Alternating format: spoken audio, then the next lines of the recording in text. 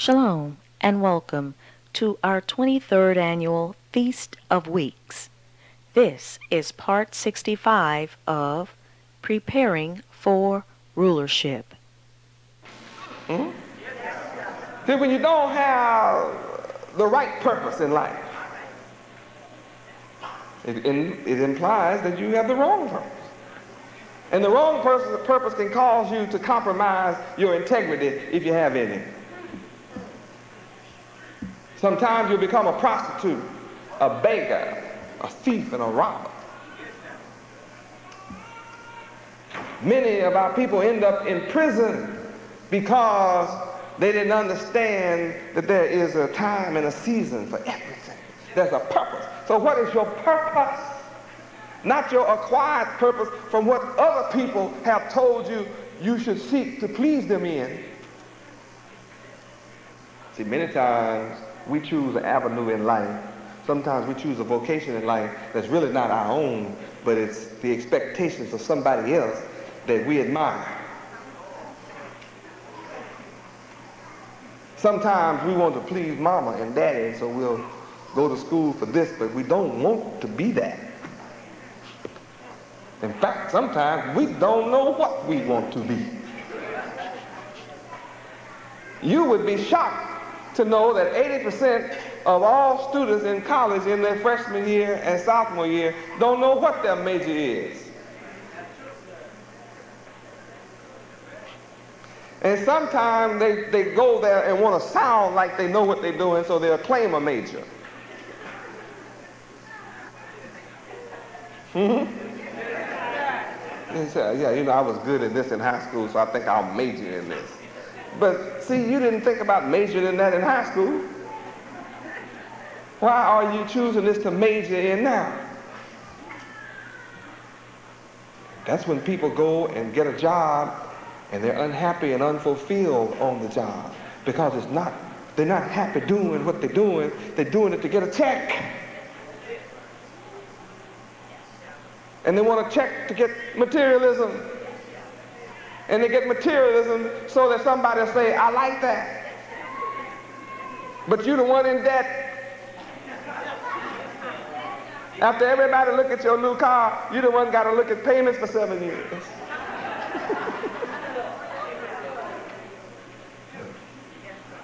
I'm talking for real. And I'm talking about ethics. I'm telling you there's a purpose in life. And when you don't know your purpose, there's something missing in your life. You're not happy. You're not fulfilled. You're not at peace within yourself. And then sometimes when you don't have peace, you make sure nobody else around you have too much. Some of us become experts at making other folk miserable. Because we're miserable. They come up with a statement to justify it, say misery love company. Well, you who are miserable won't have my company. You'll have to find somebody that loves misery. I'm not your man. I love happiness and joy, peace and love, satisfaction.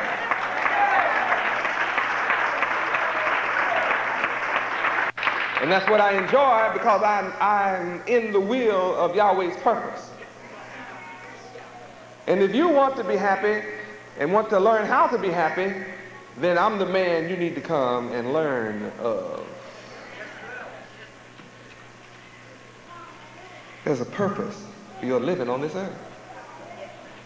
I declare to you that see, it's not just a matter about it being a time to be born, but then after you are born, what's your purpose? It says, and there's a time to die. Well, any fool can die. Takes no wisdom to die. But it does take wisdom to live with peace and joy and the blessings of Yahweh. So Ethics is a system of moral principles which deals with rules of conduct that is required to live at peace within a culture.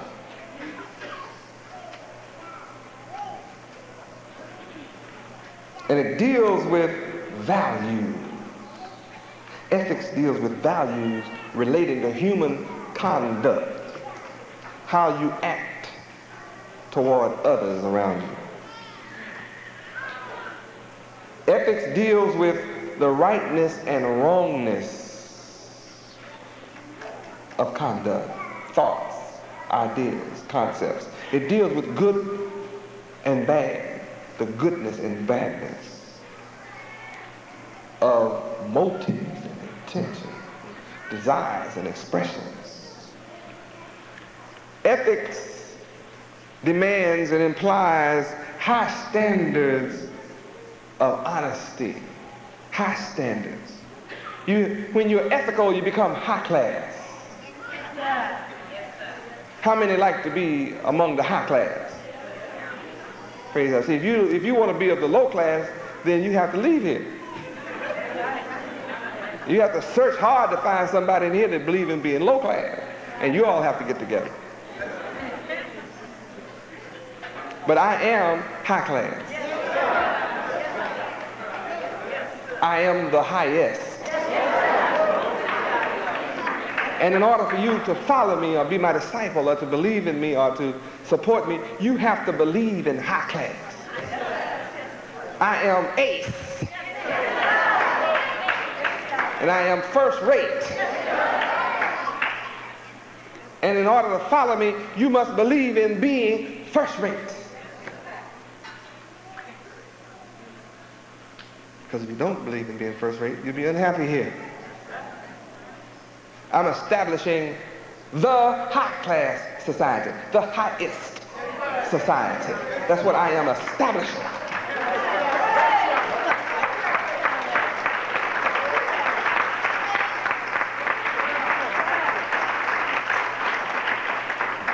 Notice that I am speaking to your mind, not your emotions, but I'm speaking to your mentality. And it requires you to have an appreciation for the dictionary and the encyclopedia and have the finesse of refined research tools. And you have to have an appreciation for words, because words are used to communicate. And if I'm using certain words that you don't understand their meaning, then how can we communicate? And if you don't want to learn the meaning of what I'm saying, then you will leave here misinformed, subject to spread misinformation and disinformation, which certainly will not hurt me, it will only hurt you, but I'm here to help you. Therefore, to come here gives you the opportunity to elevate your mind. Sitting in this class is a free item that you have not had to pay tuition for. See, this isn't costing you $20,000 a year in Harvard or Yale or Princeton or Oxford. But you're getting what you cannot buy at the first-rate colleges and universities of the world. What I'm giving you can't be bought. It's higher than anything taught in universities. Ethics is not taught. Morality is not taught. Yahweh's wisdom, knowledge, and understanding is not taught. Making you first class, giving you knowledge that will make you the highest in society and in civilization just is not taught. Teaching you how to become gods and rulers of the earth forever is not taught to you. You're taught to prepare yourself to get a better, what? Job. Yes, sir. Oh, come on, face up. See, I've been there. You just as well fess up because, see, I've been where you've been. I've been to the schools you've been to. You definitely have been programmed to seek a better what? Job.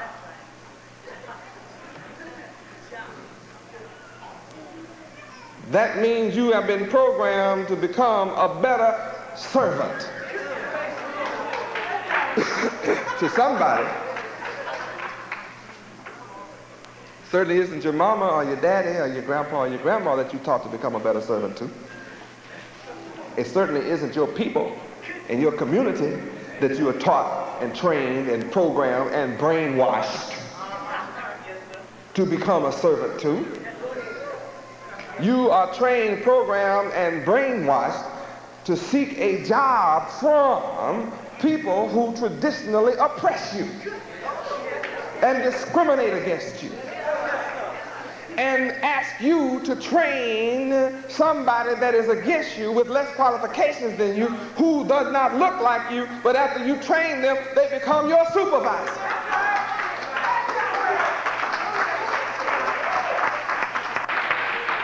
Do I have a witness?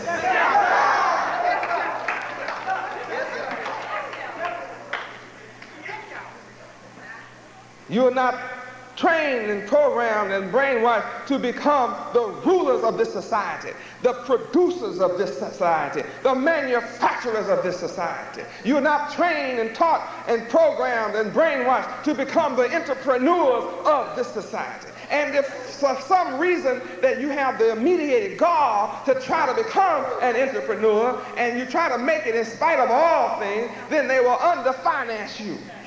They call that undercapitalization. If they loan you anything, they'll tie up everything you have, give you 60% of the value, and make sure you have just enough to fail. Then they take it all from you. Do I have a witness?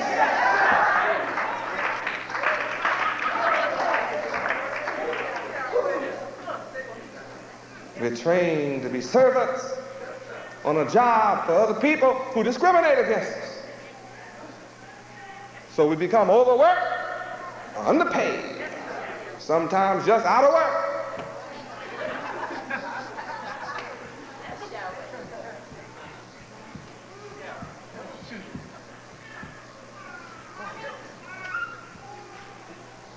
Anytime you can take 50 million black folk up from slavery and brainwash them to just all of them look for a job. And then you ask me, what's wrong with us? And then we fight each other over those little few jobs that's left. Other people, other nations in America make twice the money we make all the way up. Okay, what you doing on your job? And then if you try to be independent and an entrepreneur, then they'll tax you out of your mind. And if you don't be a good agent for them, they'll padlock you up, take your stuff. Won't even let you work and pay it off.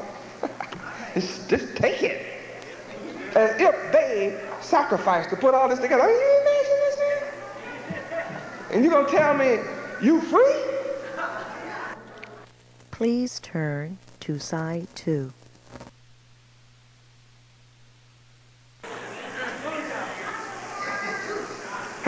If you're free, then tell the tax folks, get the hell on out of my place, man. You better not. I'm cutting the lock off and running my place. You better get away from me.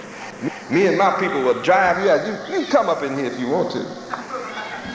So you don't have that leeway, America.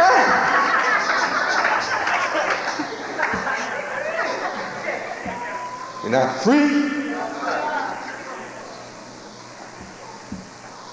Well, I've come to change the seasons and the times.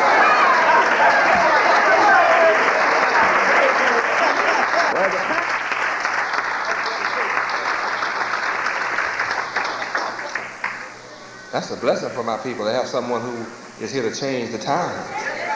This is difficult times for our people. How many of you admit that we need a time change? How many admit we need a season that will grow something for us?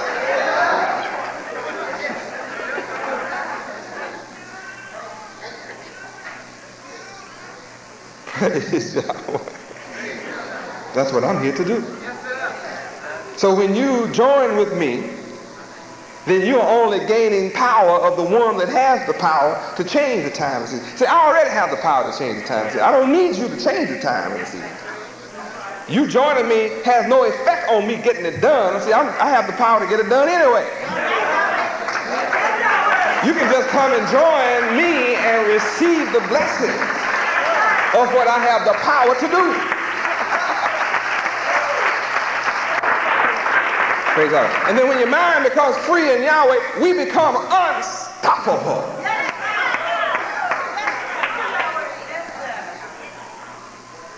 So long as we remain together in Yahweh, we are unstoppable. Our enemy might try to find a way to take a building. We don't care. We buy another one. How you think we got the ones we got? We got it. Didn't nobody give it to us.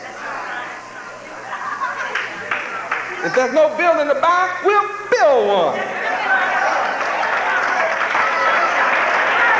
That's power.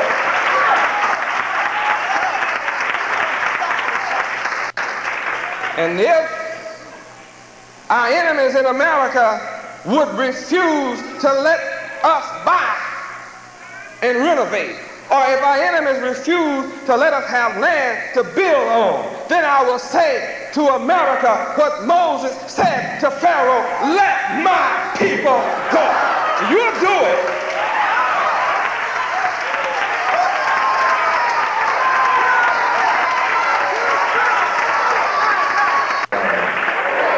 See, I am proving that Yahweh is among us today.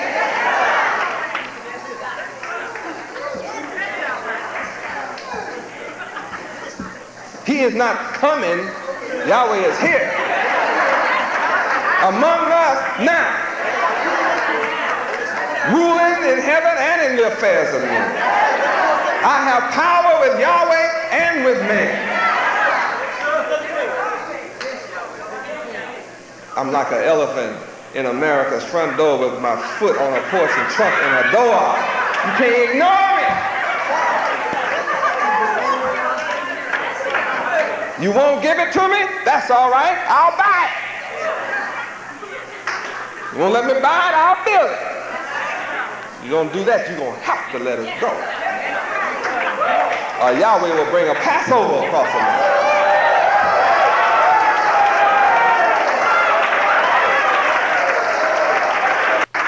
All we have to do is go on in the house and just shut up and just sit quiet. The same man that brings the floods in and shuts Chicago down, he can free us.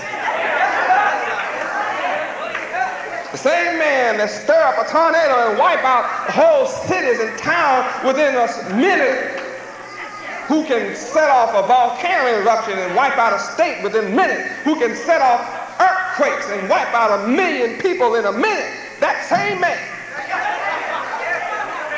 is all we need.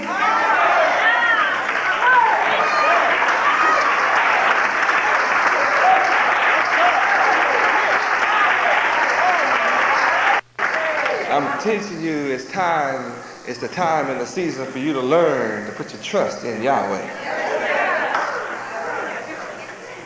Yahweh is our deliverer.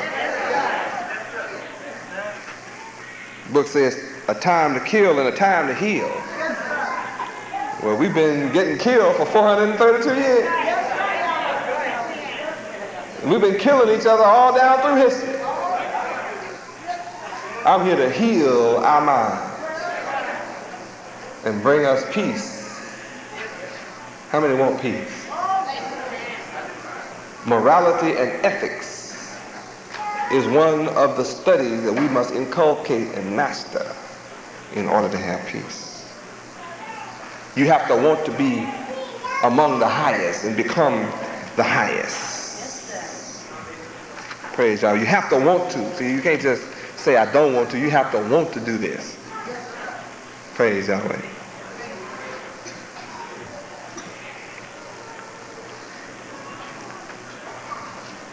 We have to study our history.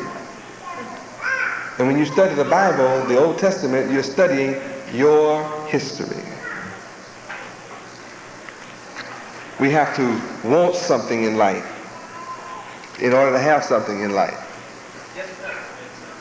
You have to first want. It starts with desire. Let's go to Deuteronomy chapter 6.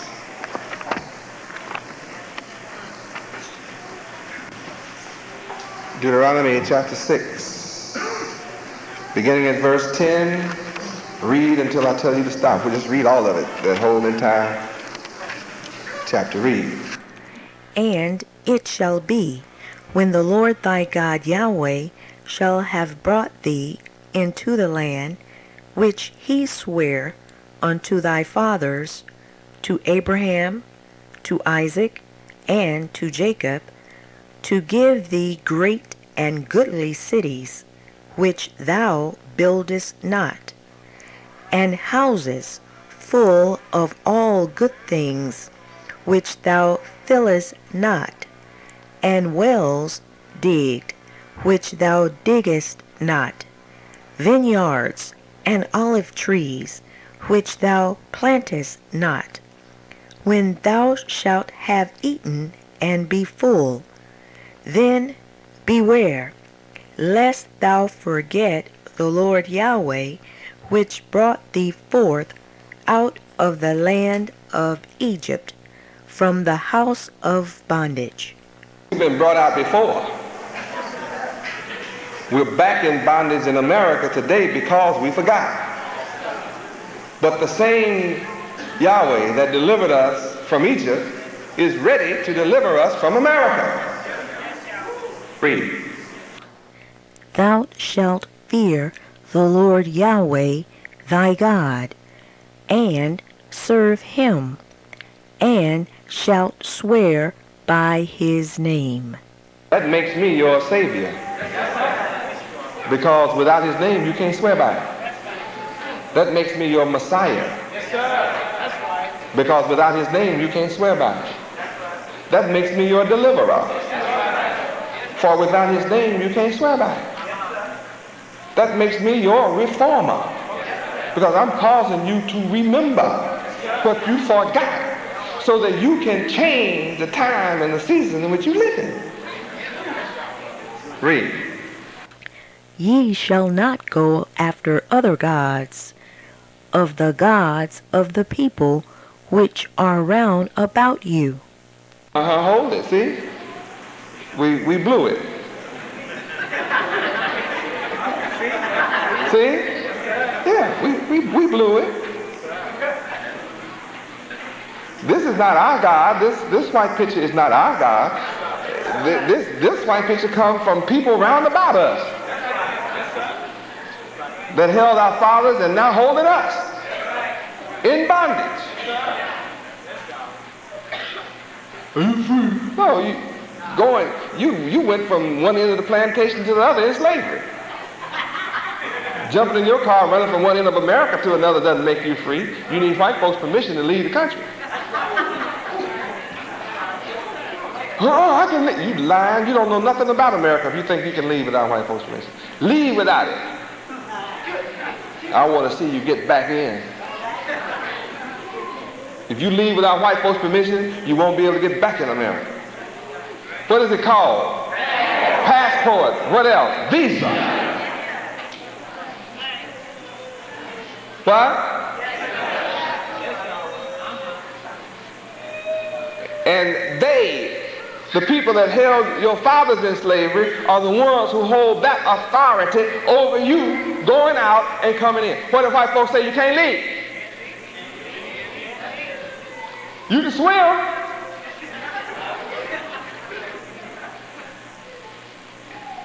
But if you leave without that permission, can you get back in? God's round about us. Got a problem, huh? What verse are we? Read. For the Lord Yahweh, thy God, is a jealous God among you. He's among us. I just told you a while ago. See, Yahweh's not coming.